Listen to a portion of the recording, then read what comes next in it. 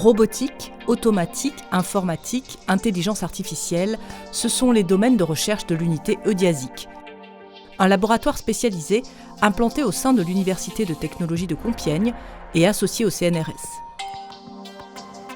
Depuis 2020, le laboratoire s'est engagé dans une politique volontariste en matière de développement durable et responsabilité sociétale.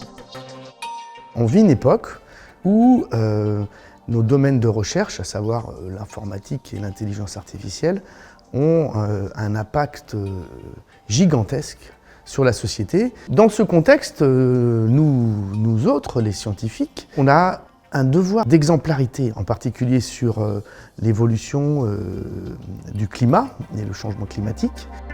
4 personnes volontaires ont été nommées pour engager des actions concrètes. 2 co-référents développement durable, une référente égalité et une référente handicap.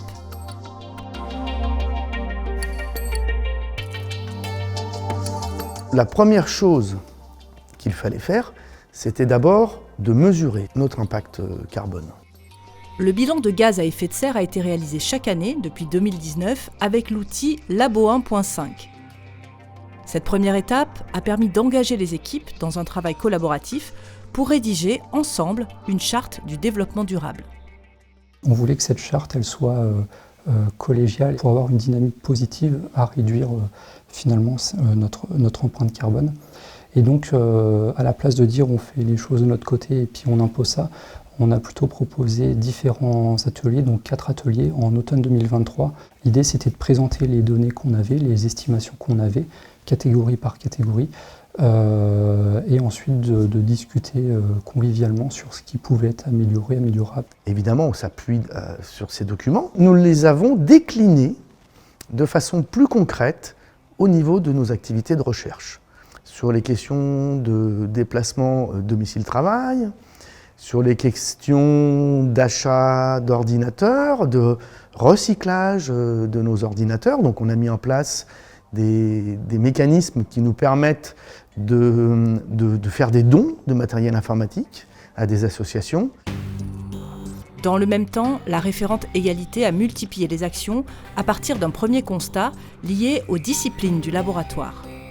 On est parti d'un constat assez simple mais préoccupant, c'est qu'ici au département informatique, on n'a que 25,5% de filles. Nous, ce qu'on aimerait, c'est faire augmenter cette part de filles dans la filière informatique. Donc on s'est fixé comme mission de sensibiliser les jeunes filles aux études dans les sciences informatiques et donc de sensibiliser plutôt les filles qui sont au lycée.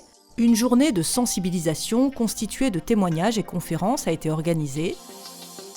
Une série de 7 portraits vidéo a été réalisée, des témoignages de chercheuses du laboratoire qui permettent aux jeunes filles de pouvoir se projeter dans ces métiers.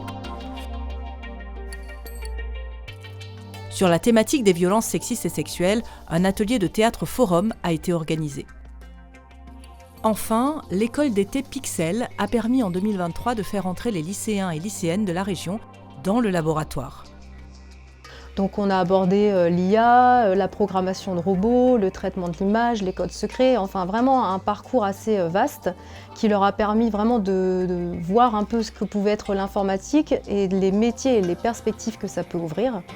Toutes ces actions s'inscrivent dans une démarche commune qui vise à augmenter le nombre de filles dans la filière informatique de l'Université de technologie de Compiègne.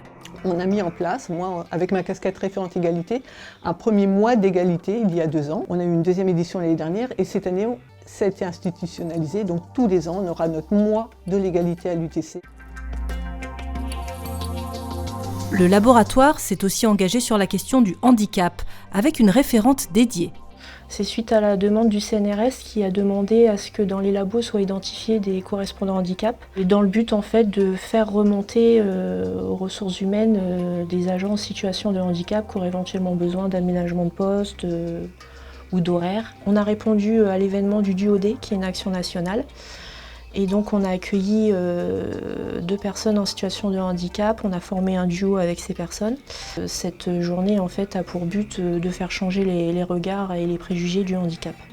La responsabilité sociétale du laboratoire passe enfin par une réflexion continue sur les questions d'éthique qui impactent l'orientation et le choix des sujets de recherche. Donc on va essayer de mettre en place effectivement des métriques, par exemple pour mesurer combien un modèle d'intelligence artificielle est éthique. À quel point il est équitable envers des sous-populations envers lesquelles on veut être équitable et ne pas avoir de biais. Ensuite, comme j'ai dit, on va choisir des projets dont on pense qu'ils auront un impact positif. Et je mentionnerai par exemple le projet de Domitil Lourdeau qui est dans la réalité virtuelle et vise le travail de mémoire autour du mémorial de Compiègne. Le projet de la voiture autonome, on a une volonté de petit à petit mobiliser nos recherches plutôt vers des réseaux de véhicules, un usage vertueux et partagé du véhicule, donc c'est de diminuer l'impact carbone du véhicule en même temps qu'augmenter ses capacités technologiques. Au final, le laboratoire Eudiasic s'est engagé dans une démarche sur le long terme en matière de développement durable et responsabilité sociétale. Fidèle à son approche, rester en phase avec la société et ses évolutions.